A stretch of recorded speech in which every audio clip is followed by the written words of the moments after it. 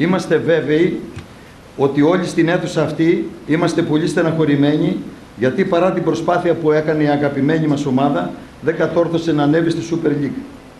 Είμαστε επίσης βέβαιοι ότι η σημερινή μέρα μπορεί και πρέπει να είναι μια μέρα για ένα νέο ξεκίνημα, γυρίζοντας σελίδα και κοιτώντας μόνο μπροστά. Σας καλέσαμε εδώ προκειμένου να σας ενημερώσουμε ότι τη Δευτέρα μας παραδόθηκε από τον Πρόεδρο κύριο Καραγιάννη η παραίτηση όλου του Διοικητικού Συμβουλίου της ΠΑΕ και παράλληλα με την ιδιότητα των μετόχων και κατεχόντων το πλειοψηφικό πακέτο των μετοχών της ΠΑΕ, η εξουσιοδότηση να διερευνήσουμε προθέσεις ανθρώπων ή προτάσεις που θέλουν να εμπλακούν στα διοικητικά του Ολυμπιακού. Η διοίκηση του Ερασιτέχνη αντιλαμβάνεται την κρισιμότητα της στιγμής και της κατάστασης που βρίσκεται η ομάδα μας μετά από αυτή την εξέλιξη, αλλά δηλώνουμε ότι δεν έχουμε ούτε την οικονομική δυνατότητα, ούτε την τεχνογνωσία να σηκώσουμε ένα τόσο μεγάλο φορτίο. Έχουμε όμως την υποχρέωση και να βοηθήσουμε μόλις μας τις δυνάμεις, ώστε να βρεθεί γρήγορα λύση. Σήμερα είναι μια δύσκολη μέρα για όλους μας. Πιστεύουμε ότι η στήρα αντιπαράθεση, η γκρίνια, η εσωστρέφεια και η απόδοση ευθυνών μόνο κακό μπορεί να κάνουν αυτή τη στιγμή. Εδώ είμαστε όλοι γιατί αγαπάμε αυτή την ομάδα και έχουμε μόνο ένα σκοπό, το καλό και την πρόοδο του Ολυμπιακού Βόλου. Γι' αυτό σας παρακαλώ όλοι μαζί, σαν οικογένεια, με νηφαλιότητα, χωρίς κραυγές και φασαρίες, να καταθέσουμε τις σκέψεις και τις προτάσεις μας για το μέλλον της αγαπημένης μας ομάδας. Στο πρώτο σκέλος, που είναι η παραίτηση του Διοικητικού Συμβουλίου, σας ενημερώνουμε ότι η ΠΑΕ αυτή τη στιγμή είναι ακέφαλη, όπως καταλαβαίνετε. Και πρέπει επειγόντως να γίνουν τα προβλεπόμενα από τον νόμο, προκειμένου να μην μπει σε περιπέτειες. Στο δεύτερο σκέλος, που είναι η αναζήτηση επενδυτή-επενδυτών, δεν έχει γίνει ακόμα καμία επαφή και δεν υπάρχει προς το παρόν κάτι ανακοινώσιμο. Σας διαβεβαιώνουμε όμως ότι και στις δύο περιπτώσεις το Διοικητικό Συμβούλιο του Ερασιτέχνη, σε συνεννόηση με το νομικό του σύμβουλο και αφού ακούσει τις προτάσεις και τις υποδείξεις σας και δεν παρουσιαστεί άμεσα αξιόπιστη λύση, θα κάνει όλες εκείνες τις ενέργειες που προβλέπει η σχετική νομοθεσία με μοναδικό σκοπό και στόχο το καλό και την πρόοδο του Ολυμπιακού Βόλου. Θα ήθελα να σας ευχαριστήσω για την τιμητική πρόσκληση να παρευρεθώ στην ανοιχτή συγκέντρωση που διοργανώνεται, προκειμένου να αναζητηθεί λύση στο πρόβλημα που έχει προκύψει με την παραίτηση του Προέδρου και του ΔΣ της ΠΑΕ Ολυμπιακός Βόλου.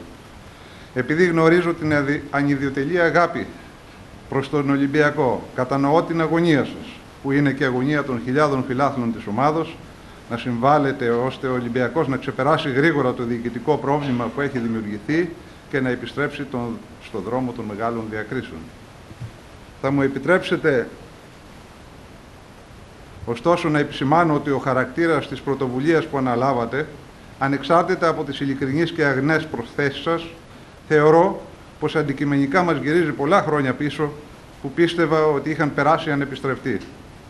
Μόλις χθες άλλωστε, ο πρόεδρος της ΠΑΕ, κ. Δημήτρης Καραγιάννης, μίλησε απαξιωτικά και σωστά για τα πέτρινα χρόνια των πολιτικών διοικήσεων, των δημοτικών εντολοδόχων και των επιτροπών σωτηρίας, σε αντίθεση με ό,τι συμβαίνει από το 2008, οπότε η ΠΑΕ πέρασε σε χέρια επιχειρηματιών που την έφτασαν μέχρι την Ευρώπη, πριν φυσικά συμβούν όσα συνέβησαν το 2011, αλλά και που τα 2 τελευταία χρόνια, θα πρόσθετα εγώ, την έφερα ένα βήμα πριν από τη μεγάλη κατηγορία.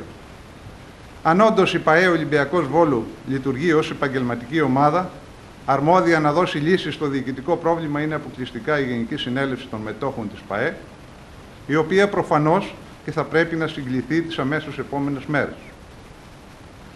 Ας μη μας διαφεύγει ότι ο Ολυμπιακός Βόλου δεν είναι μια τυχαία ΠΑΕ, αλλά μία από τις μεγαλύτερες ομάδες της ελληνικής περιφέρειας, με χιλιάδες φιλάθλους, που τη στηρίζουν μαχητικά ακόμα και στις πιο δύσκολες περιόδους, όπως φάνηκε άλλωστε και στον Παράζ με την Ξάνθη, όπου πάνω από 4.000 βολιώτες δώσαμε δυναμικό παρόν. Ο ρόλος του Δήμου, των φορέων της πόλης και των φιλάθλων είναι να στηρίξουμε το νέο διοικητικό σχήμα που θα προκύψει, χωρίς οποιαδήποτε άλλη εμπλοκή. Γνωρίζετε εξάλλου καλύτερα από μένα ότι το επαγγελματικό ποδόσφαιρο στη χώρα μας λειτουργεί με τους δικούς του ιδιαίτερους κανόνες, στους οποίους δεν μπορεί να ανταποκριθεί ούτε μια κοινωνική συνεταιριστική επιχείρηση, ούτε μια εταιρεία λαϊκής βάσης, ούτε πολύ περισσότερο μια δημοτική επιχείρηση, Άλλωστε, οι Δήμοι απαγορεύεται να κατέχουν μετοχές ΠΑΕ. Πιστεύω λοιπόν ότι θα έπρεπε όταν να κάνετε διερεύνηση να δείτε αν υπάρχουν τα άτομα εκείνα τα οποία μπορούν να αναλάβουν τον Ολυμπιακό και από εκεί και να γίνει αυτή η συγκέντρωση και να δούμε τι λύσεις μπορούμε να βρούμε, ούτως ώστε αυτή η ομάδα να προχωρήσει πάλι μπροστά. Μπάλα είναι, εντάξει, δεν ήρθαμε εδώ για να θέλουμε να πούμε τι λάθη έγιναν από την πλευρά της διοίκησης, αν έγιναν ή δεν έγιναν. Έτσι, αυτό θα έπρεπε να το θέσετε ευθύς εξ αρχής, για να το ξέρουμε τι πρέπει να πούμε. Έτσι.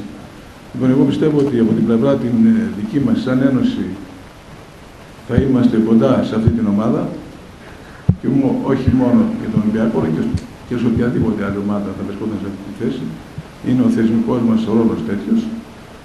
Πιστεύω λοιπόν ότι θα πρέπει να γίνει Γενική Συνέλευση των Μετόχων, να κάνετε διερεύνηση, να δείτε αν υπάρχουν άτομα τα οποία θα ήθελαν να αναλάβουν την διοίκηση του Ολυμπιακού Χώρου και από εκεί ύστερα βεβαίως να γίνει αυτή η ανοιχτή συγκέντρωση εδώ και να δούμε τι μπορούμε να κάνουμε, ούτως ώστε αυτή η ομάδα να ξαναβρει πάλι τον δρόμο της.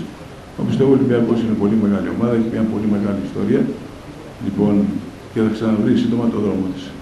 Με αφορμή τις διαδικασίες που ξεκίνησαν να τρέχουν σχετικά με τη διοίκηση και την ιδιοκτησία της ΠΑΕ Ολυμπιακός Βόλου, θα θέλαμε καταρχήν να κάνουμε ένα πολύ μικρό απολογισμό για το πώς αξιολογούμε εμείς τη θητεία της διοίκησης και ιδιοκτησίας της ομάδας που ανέλαβε από τον Ιανουάριο του 2013 και μετά την ομάδα.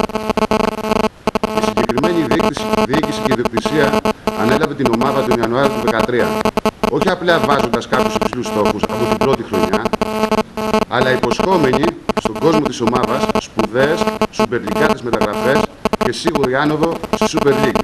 Και μάλιστα με 10 βαθμούς διαφορά από το δεύτερο. Η άνοδος δεν ήρθε. Ούτε με 10 βαθμούς διαφορά φυσικά, ούτε και καθόλου. Τότε δεν έγινε καμία αυτοκριτική από την πλευρά της ΠΑΕ για το γεγονός ότι δεν έκανε πράξη την υπόσχεση που έδωσε. Υπήρξαν μόνο δικαιολογίες που εστιάζανε κυρίως στο γεγονός ότι η διοίκηση και η ιδιοκτησία ανέλαβε από τη μέση της χρονιάς και δεν είχε τελικά τη δυνατότητα να κάνει ένα σχεδιασμό όπως τον ήθελε αυτή. Αν ήταν έτσι, τότε εμείς απλά ρωτάμε γιατί δώσαν τότε τέτοιες υποσχέσεις στον κόσμο. Φέτος όμως τα πράγματα υποτίθεται ότι ήταν διαφορετικά. Η διοίκηση και η ιδιοκτησία της ΠΑΕ είχε τη δυνατότητα να προβεί σε όποιες ενέργειες ήθελε για το αγωνιστικό σχεδιασμό και μάλιστα με την πλήρη υποστήριξη όλου του κόσμου της ομάδας. Οι υποσχέσεις στην αρχή και σε όλη τη σεζόν πάλι ήταν πολλές. Μέλη της διοίκησης και της ιδιοκτησίας της ομάδας μιλούσαν πάλι για σίγουρη και εύκολη άνοδο. Εκ του αποτελέσματος αποτύχανε. Και πάλι, φέτος χάθηκε η πιο εύκολη άνοδος που θα μπορούσε να υπάρξει ποτέ. Οι λόγοι σίγουρα ήταν πολλοί. Μπορεί σε έναν βαθμό η αποτυχία της ανόδου της ομάδας να οφείλεται και στην ατυχία ή και σε κάποιες κακές διαιτησίες και άλλους εξωγενείς παράγοντες. Όμως, κατά τη γνώμη μας, η βασική αιτία ήταν ο κακός αγωνιστικός σχεδιασμός. Δεν θέλουμε να μπούμε σε λεπτομέρειες, είναι άλλωστε γνωστά τα λάθη που γίνανε και η ανεπάρκεια που φάνηκε στην πορεία προκειμένου η ομάδα να καταφέρει να μείνει στην κορυφή και να κερδίσει την άνοδο. Πολλές αλλαγές προπονητών, κακός σχεδιασμός στην καταγραφική περίοδο του Ιανουαρίου και πολλά άλλα τραγικά λάθη. Επίσης, κάτι που μας αφορά άμεσα και εμάς, που ποτέ δεν καταλάβαμε, την ανέτεια και άδικη επίθεση της ΠΑΕ απέναντι στο σύνδεσμό μας, που αποτελεί το μεγαλύτερο φορέα οργανωμένων οπαδών της ομάδας, σε ένα πολύ κρίσιμο σημείο του πρωταθλήματος, που δημιούργησε ένα πολύ κακό κλίμα. Κλείνοντας το σύντομο απολογισμό της διοίκησης και ιδιοκτησίας της ΠΑΕ, από τον Ιανουάριο του 2013 μέχρι και το τέλος της φετινής αγωνιστικής χρονιάς, θέλουμε απλά να πούμε ότι απέτυχε να ανταποκριθεί στις προσδοκίες του κόσμου της ομάδας, όπως αυτές είχαν δημιουργηθεί μετά τις υποσχέσεις και τις γεμάτες έπαρξης εκδηλώσεις που κατά καιρούς είχαν γίνει. Αυτά όσον αφορά τον απολογισμό. Αναφορικά τώρα με την επόμενη ημέρα, να ξεκαθαρίσουμε μια και καλή τη θέση μας. Εμείς ως οργανωμένοι οπαδοί καταρχήν αποκρίνουμε το επιχείρημα που κατά καιρούς ακούγεται από κάποιους προς τους φιλάθλους και λέει πως άμα δεν σας αρέσει η διοίκηση, ελάτε να αναλάβετε εσείς. Αυτό είναι ένα επιχείρημα που το λιγότερο εμείς θα το χαρακτηρίζαμε γραφικό. Οι φίλαθλοι και εμείς ως οργανωμένοι οπαδοί δεν διεκδικούμε τέτοιο ρόλο διοίκησης. Εμείς αυτό που ξέρουμε καλά να κάνουμε είναι να στηρίζουμε και να προστατεύουμε την ομάδα κάτω από οποιοδήποτε συνθήκες σε όλα τα γήπεδα της Ελλάδας και φυσικά όποτε κρίνουμε σωστό να κριτικάρουμε και να παρεμβαίνουμε όταν βλέπουμε ότι κάτι είναι αρνητικό. και όταν άνθρωποι της νης διοίκησης δημοσιοποίησαν το ενδιαφέρον τους τον Γενάρη του 2013 να πάρουν στα χέρια τους την ΠΑΕ από τον προηγούμενο διοκτήτη, κύριο Μπουτσιβάλη, με ανακοίνωσή μας κρατήσαμε ουδέτερη στάση και υποστηρίξαμε ότι ό,τι και να γίνει θα πρέπει να έχει ως κριτήριο το καλό της ομάδας και όχι προσωπικές φιλοδοξίες. Αναφορικά με το τι γίνεται από εδώ και πέρα. Καταρχήν λυπούμαστε πάρα πολύ που ο κύριος Καραγιάννης στη συνέντευξη που έδωσε για να δηλώσει την αποχώρησή του ξεστόμησε τη λέξη τοπικό. Είναι ντροπή και μόνο που ανέφερε αυτή τη λέξη. Μια τέτοια λέξη ούτε σαν σκέψη δεν πρέπει να περνάει από το μυαλό οποιοδήποτε λέει ότι αγαπάει τον Ολυμπιακό Βόλιο. Αφού όμως θέλουν να αποχωρήσουν και αφού λένε ότι εκτός από οι ιδιοκτήτες και η διοίκηση της ΠΑΕ είναι και ο παδί της ομάδας, θα πρέπει καταρχήν να διασφαλίσουν την επόμενη μέρα και να διευκολύνουν τον όποιον ενδιαφερόμενο για την ομάδα, δημιουργώντας ελκυστικές συνθήκες αγοράς της ομάδας. Θα πρέπει δηλαδή πρώτα απ' όλα να καλύψουν τις οικονομικές υποχρεώσεις που έχουν απέναντι στην ομάδα και συγκεκριμένα αμοιβές ποδοσφαιριστών και υπαλλήλων της ΠΑΕ, καθώς και να καλύψουν όλες τις υποχρεώσεις απέναντι στο κράτος, δηλαδή εφορία και οίκα. Εδώ σημαντικό ρόλο έχει και ο ερασιτέχνης, που είναι υποχρεωμένος να παραλάβει τις μετοχές, αν παραλάβει τις μετοχές, να ξέρει ότι η ομάδα που παραλαμβάνει είναι καθαρή. Αν αυτά συμβούν και η ομάδα είναι καθαρή 100%, τότε είμαστε σίγουροι ότι θα υπάρξουν ενδιαφερόμενοι να αναλάβουν την ΠΑΕ, γιατί πολύ απλά ο Ολυμπιακός Βόλιο θα είναι μια ομάδα υγιής οικονομικά, με πολύ κόσμο, μεγάλη ιστορία και σημαντικές προοπτικές για όποιον θέλει να επενδύσει.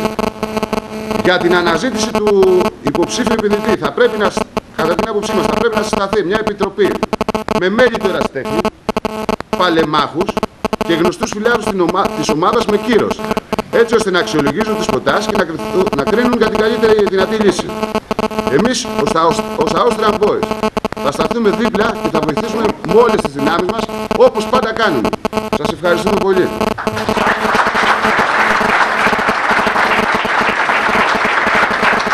Εγώ είμαι σίγουρος ότι ο Ολυμπιακός Βόλος και την τελευταία μέρα θα βρεθεί επενδυτής. Κάτι μου λέει ότι δεν υπάρχει περίπτωση αυτή η ομάδα να μην υπάρξει επενδυτής. Και δεν χρειάζεται να φέρουμε την καταστροφή όσον αφορά για αυτό το θέμα που έχει προκύψει. Εμείς από την πλευρά των πολεμάχων τώρα προσωρινά θα μπορέσουμε, πιστεύω, 3-4 άτομα που είμαστε στην Επιτροπή, στη διοίκηση των Παλεμάχων, να βοηθήσουμε και από εκεί και πέρα να είστε σίγουροι ότι ο Ολυμπιακός θα βρει τον δρόμο του. Όλο αυτό το διάστημα μίλησα τόσο με τον Δημήτρη τον Καραγιάννη, τον Γιώργο τον Βαρούτσικο και την πλειοψηφία των μελών του ΔΣ. Αφού μιλήσαμε, αναλύσαμε, είπαμε πολλά πράγματα, του είπα αυτό που θα πω σε εσάς και θα σας πω τι μου απάντησε. Το 1999 όταν πήρα τον Πανιόνιο, μετά από 4-5 μήνες, ο Πανιόνιος, θα σας πω, ήταν κάτι παραφερές με αυτό που παρέλαβα το 2008 σε αυτή την πόλη την αγαπημένη μας. Έκανα μια ανοιχτή συγκέντρωση στην κεντρική θύρα της Νέας Μήνης που πολλοί από εσάς πήγατε όταν παίξαμε με τον Πανιόνιο εκεί και κερδίσαμε 0-1. Είχαν μαζευτεί γύρω στα 900.000 οργανωμένοι άνθρωποι κατά πάνω του Πανιόνιου, γιατί όλο αυτό το διάστημα, 5 μήνες περίπου, 4, υπήρχε μια γκρίνια, μια αμφισβήτηση, γιατί ήρθε αυτός ο παίχτης, γιατί έφυγε ο άλλος, γιατί δεν αρχόντουσαν αυτοί τώρα που γράφουν σε μένα να μου πούνε ποιον πήρες, τι έκανες, γιατί έτσι είχαν συνηθίσει. Τι παρέλαβα λοιπόν το 2008, το θυμάμαι σαν σήμερα. Σε ένα παιχνίδι που ήρθε, ήταν και ο κύριος Βούλγαρης στις Εξέδρες, στον αγώνα Ολυμπιακός Βόλου Εγάλο, το οποίο όλοι ξέρετε τι είχε συμβεί. Ένα παιχνίδι όμως που ο Ολυμπιακός Βόλου δεν έπρεπε να χάσει για να παραμείνει στην κατηγορία και να βρεθεί ένας επενδυτής που βρέθηκα τότε εγώ. Είχε μέσα 500-600 άτομα σε ένα σημαντικό παιχνίδι, γιατί όταν μια ομάδα κινδυνεύει να πέσει ή διεκδικεί την άνοδο, είναι το ίδιο πράγμα, ξέρετε. Είναι ένας αγώνας ζωής. επιβίωσης, ιστορίας. Είχε μέσα 500-600 άτομα, τα εισιτήρια ήταν 140 εισιτήρια, όσο έχω δει.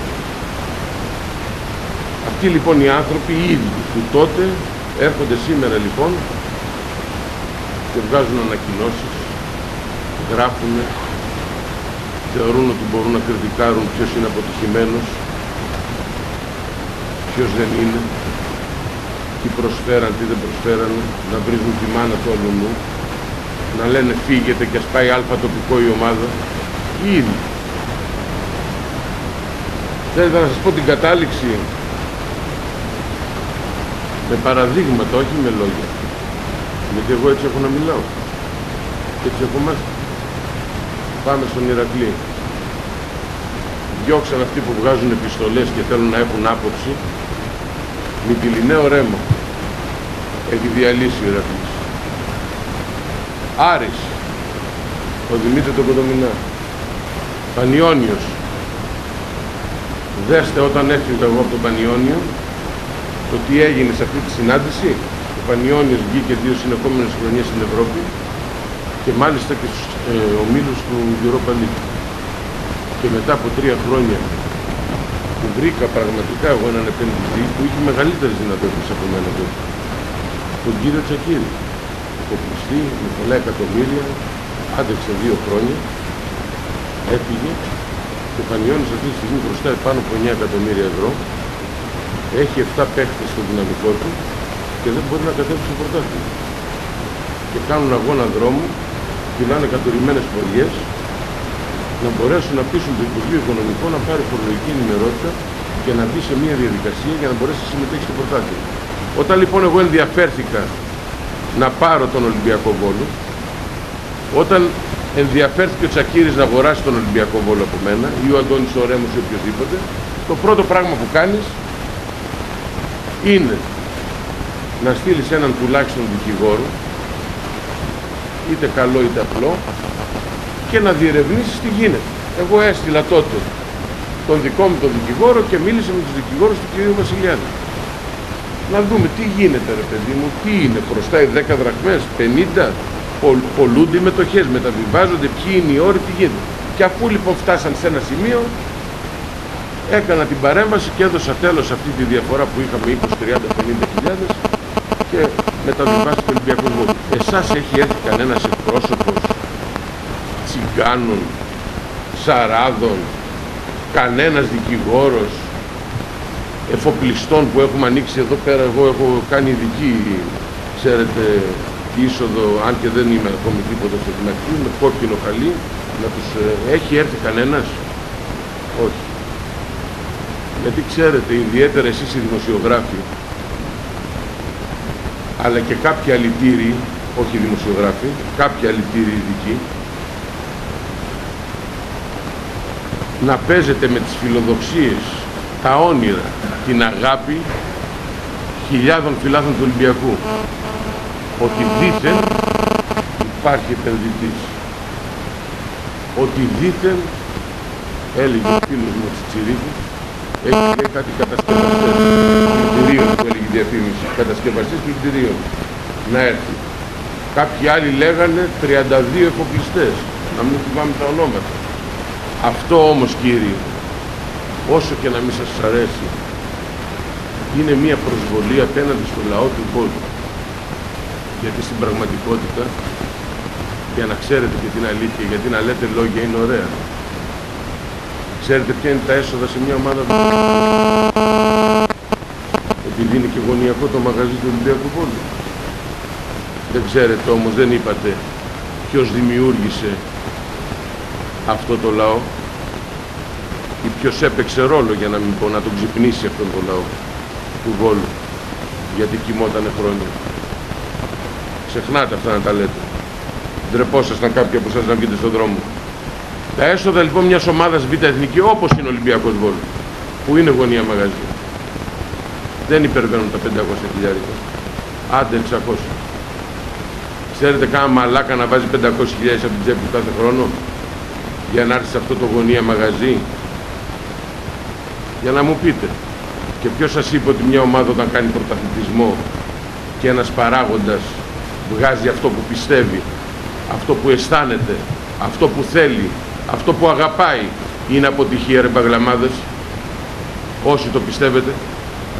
Αποτυχία είναι να το κινδυνεύσει η ομάδα. Διεκδικεί κάθε χρόνο μέσα στη λάσπη να πέσει. Και όχι όταν μέχρι το 87, 3 λεπτά πριν τη λήξη, είναι πρωταθλήτρια και γιατί θέλει ο Θεός, γιατί είναι άτυχη, γιατί για 500, γιατί είναι αποτυχία. Τι να πούν ομάδες που έχουν 50 χρόνια πάνω πρωτάθλημα? Ομάδες όπως είναι η Λίβερπουλ, ο Παναθηναϊκός και δεν συμμαζεύεται. Αυτό είναι αποτυχία. Τι είναι το ποδόσφαιρο, νομίζετε? Ότι θα πάμε να φτιάξουμε μια οικοδομή και πρέπει να παραδώσουμε το διαμέρισμα σε ένα μήνα και ξεφύγαμε 10 μέρες, σε ένα χρόνο 10 μηνών που παίζονται πολλά πράγματα? Και αντί να ακούσω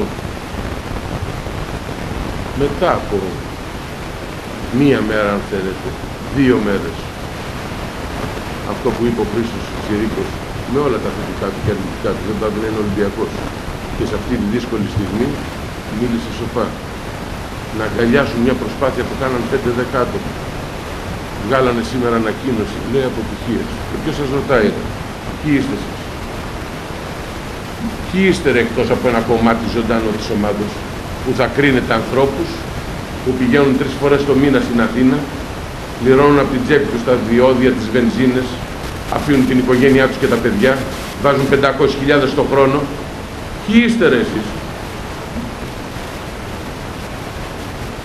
Ο Ολυμπιακός Βόλου, να ξέρετε, αν θέλετε να υπάρχει επόμενη μέρα, γιατί αυτό το δημιουργήσατε εσείς, οι 30, 40 όμως, οι 50 ή 100 αν θέλετε, γιατί δεν είστε παραπάνω, δεν μπορείτε να μηδενίσετε τις 5-10 χιλιάδες φιλάθλους του Ολυμπιακού Βόλου, τους αγνούς φιλάθλους, γιατί δεν έχετε το δικαίωμα αυτό.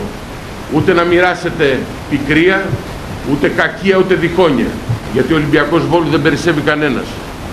Και δεν έχετε δικαίωμα να έχετε άποψη, γιατί αν θα αποκτήσετε άποψη, εσείς οι 100 που λυπόμουν μερικούς, δεν θέλω να τους ονομάσω, που κατεβαίναν στο Χαριλάου και κουτουλάγανε στο πεζοδρόμιο και στο πούλμαν από τη Μαστούρα. Δεν θα πω όμως ονόματα, γιατί στη ζωή μου δεν ήμουν ποτέ Ρουφιάνος. Ποιοι είστε ρε εσείς που θέλετε να διχάσετε τον κόσμο και να αναγκάσετε ανθρώπους που αποδεδειγμένα τουλάχιστον στην κοινωνία του Βόλου είναι και βολιώτες και Ολυμπιακοί και κλέψανε και γελάσανε και πανηγυρίσαν μαζί σας? Ποιοι είστε ρε εσείς? Και ποιος θα σας δώσει το δικαίωμα να έχετε άποψη ή να διοικήσετε? Πού το βρήκατε αυτό το δικαίωμα? Αλλά είστε τυχεροί που και δεν με ενδιαφέρει, και θα απαντήσω σε ένα ερώτημα που έκανε ο Χρήστος Τσιρίκος, και δεν με ενδιαφέρει και δεν μου επιτρέπεται. Αλλά στεναχωριέμαι, κλαίω, αυτό το κατόρθωμα που έγινε εδώ στο Βόλο, και ευχαριστώ όλο τον κόσμο, ένα κατόρθωμα αναγνώρισης απέναντι σε ένα βρώμικο σύστημα, δεν μπόρεσα να το χαρώ ακόμη 40 μέρες. Ποιος ευθύνεται όμως αν στο 1 μέτρο 10 τουλάχιστον φορές δεν βάλαν την μπάλα μέσα? Αν χάσαν 2 πέναλτι? Αν αυτή είναι η ομορφιά όμως του ποδοσφαίρου. Και σας ρωτάω και σας κοιτάω στα μάτια, θα είχατε δικαίωμα να μιλάτε αν ήμουν εγώ πρόεδρος του Ολυμπιακού Βόλου? Τι ξύλο ρε θα τρώγατε? Ποιο δικαίωμα ρε θα είχατε? Βέβαια θα μου πείτε, αν ήμουν εγώ πρόεδρος, και αυτό είναι η αλήθεια, θα ήταν ο Ολυμπιακός Βόλου που πέρασε στην Εθνική. Και αυτό εκμεταλλεύτηκαν οι αντίπαλοι και δημιουργήθηκε αυτό το πράγμα. Αλλά η ζωή συνεχίζεται. Ο Ολυμπιακός Βόλου είναι μια ιδέα. Εμείς πεθαίνουμε, φεύγουμε από τη ζωή, η ομάδα αυτή θα συνεχίσει να υπάρχει. Και σε αυτή την ομάδα, που τουλάχιστον επί ημερών μου πέρασα μια άλλη νοοτροπία, έχετε υποχρέωση να κρατήσετε τη σημαία ψηλά. Αυτό το σημερινό κατάντημα, γιατί είναι κατάντημα για τον Ολυμπιακό Βόλο, είναι ντροπή, και παίρνουν και μερικοί και το μικρόφωνο και μιλάτε. Τι να πείτε? Τι να πείτε?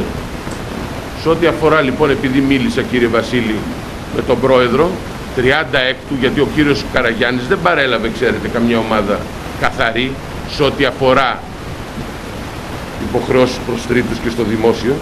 Παρόλα αυτά όμως, αν παρέλαβε σε ό,τι αφορά το δημόσιο υποχρεώσεις 300-400 χιλιάδες, όσο του αναλογεί οι 16 μήνες αυτές, έχουν πληρωθεί όλες οι δόσεις.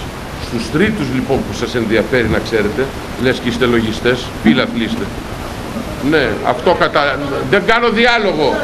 Ακούστε με, από σεβασμό τουλάχιστον. Λοιπόν, σε ό,τι αφορά λοιπόν, επειδή μίλησα μαζί του, μέχρι 36 θα εξοφληθούν όλοι οι ποδοσφαιριστές, το υπαλλολικό προσωπικό, η εφορία το ΙΚΑ, με τις δόσεις που πληρώνουν και ό,τι είναι αυτό το άνοιγμα. Αυτά μου είπαν, αυτά με διαβεβαιώσαν και θα γίνουν όχι από δικά τους λεπτά. Αν χρειαστεί να βάλουν 10-20 χιλιάδες, θα τα βάλουν. Υπάρχει ένα άνοιγμα της τάξης των 200-250 χιλιάδων. Τόσα θα πάρουν από την Super League, θα τα διαθέσουν να κλείσουν υποχρεώσεις. Και θα παραδώσουν, γιατί δεν είναι απατεώνες οι άνθρωποι, γιατί φτάσατε να πείτε ότι πουλήσαν τον αγώνα στον Πανόπουλο. Και δεν ξέρω αν ήσασταν μπροστά να μας πείτε πόσα πήρανε δηλαδή. Αυτοί οι γελοί, οι ξεφτύλες που τα λένε αυτά. Γιατί να τα... Εσείς ξέρετε. Εγώ δεν ξέρω να μπαίνω στα ίντερνετ. Ναι. Γιατί αμφιβάλλετε ότι είναι μέσα από τους οργανωμένους κάποιοι. Ναι. Λοιπόν, εν πάση περιπτώσει αφήστε το, παιδιά. Λοιπόν, η κόντρα λοιπόν ξεκίνησε με την ΠΑΕ. Με εσάς. Γιατί θεωρήσατε ότι το γήπεδο είναι δικό σας μαγαζί. Και μπήκατε μέσα. Κάποιοι δε από εσάς είπαν ότι έγινε τόση φασαρία για 1.500 ευρώ πρόστιμο που πάγανε. Ρωτήσατε όμως τι θέλει τίποτα το παιδί. Άμα δεν σ' αρέσει βγες έξω, ξέρεις. Άμα δεν σ' αρέσει η ομιλία που κάνω, βγες έξω. Αν μη τι άλλο, έχω δικαίωμα, μην κρύβεσαι πίσω από τον άνθρωπο. Αν μη τι άλλο, έχω δικαίωμα να πω ό,τι θέλω. Ο κόσμος με ανέχεται. Ο κόσμος με ανέχεται. Αν δεν θέλεις να ακούσεις, βγες έξω. Τουλάχιστον να σεβαστείς κάποια πράγματα. Εγώ κρατάω ψηλά τον τόνο. Και αν θέλει και κανένας και τίποτα άλλο, εδώ είμαι, ξέρετε. Εγώ είμαι ένας από εσάς, το έχω ξαναπεί. Νταηλίκι δεν σηκώνω. Για να πούμε τα πράγματα με το όνομά τους. Ναι, έτσι, μα έχετε υποχρέωση. Όπως εγώ σας άκουσα. Μίλησα. Έτσι, μπράβο. Είπατε λοιπόν 1,5 χιλιάρικο έγινε τόση φασαρία. Ρώτησε κανένας πόσα ταξίδια γίναν για να γίνει το 1,5 χιλιάρικο. Πράγματα που δεν λέγονται εδώ. Λοιπόν, αφήστε τα τώρα αυτά. Τι ξέρετε, τι δεν ξέρετε. Δυστυχώς, θυμηθείτε κάποια πράγματα που έχετε πει. Αλλά ξέρετε, στη ζωή είναι σωστό και ωραίο να αναγνωρίζεις τα λάθη σου, να είσαι άντρας και να δέχεσαι ότι ξέφυγες είτε από πικρία, είτε σε παρασύρανε, ότι η πρόσκληση του ερασιτέχνη ήταν πολύ λάθος, ότι ο Ολυμπιακός Βόλου είναι πολύ μεγάλη ομάδα, ότι έχει υποχρέωση από το χειρότερο φύλακο μέχρι τον πρώτο πολίτη αυτής της πόλης να βρει τη δύναμη να αφήσει πίσω το σήμερα και να κοιτάξει μπροστά. Και το μπροστά είναι στη Σπύρωση. Τώρα, το αν υπάρχει διοίκηση που θα μπορέσει να τρέξει τον Ολυμπιακό Βόλο, πρώτα κοιτάξτε στα μάτια και το τι πρέπει να κάνει ο καθένας να το κάνει. Δεύτερον, επειδή στα λόγια είναι όλα ωραία, εγώ δηλώνω εδώ σήμερα ενώπιό σας και ξέρετε όταν λέω κάτι αν το εννοώ. Κάντε λοιπόν μια ομάδα σωτηρίας όπως είχατε πει, που είπε ο Βασίλης, το είχατε ξεχάσει από το 2008. Όσα μαζέψετε, εγώ θα βάλω επί 2. Αυτό μπορώ να κάνω. Σαν Αχιλλέας Μπέος όχι ως δήμαρχος. Ως δήμαρχος δεν δίνω ούτε 1 ευρώ. Πόσα θα να δω πόσο μάγκες είστε. Γιατί στα λόγια είστε ωραίοι, ξέρετε. Πόσα θα μαζέψετε, 30, εγώ θα βάλω 60. 50, εγώ θα βάλω 100. Να βοηθήσουμε όχι τον Καραγιάννη, αυτούς που θα επιλέξετε. Να δούμε ποιοι θα είναι αυτοί. Αν θα ξέρουν την πόρτα της Super League, της Football League ή της ΕΠΟ, να πάνε και να διεκδικήσουν, να μιλήσουν. Και αν ο Ολυμπιακός Βόλου αξίζει αυτή την κατάσταση, τη σημερινή κατάσταση που είναι ντροπή. Ντροπή! Θα παρακαλούσα λοιπόν, κύριε Πρόεδρε του Ερασιτέχνη, γιατί σας έχει δώσει μια εντολή ο μεγαλομέτωχος, αυτό το καραγκιόζηλικι να μην ξαναγίνει. Οι πύλα του Ολυμπιακού Βόλου αγαπάνε την ομάδα, αλλά αγαπάνε την ομάδα, όχι τα πρόσωπα. Θέλουν να βρεθούν μια λύση. Λύση λοιπόν, αν περιμένετε να σου δώσουν εδώ πέρα, δεν θα σου δώσουν. Η επόμενη λοιπόν συνάντηση να είναι με πραγματικούς επενδυτές, ανθρώπους που μπορούν να βοηθήσουν, είτε τοπικούς επιχειρηματίες. Να μαζευτούν 10, 20, 30 άτομα. που μπορούν να βάλουν από 5.000 και να δώσουν μια λύση, ή 3, ή δεν το ξέρω αυτό. Με αυτούς θα βρεθείς.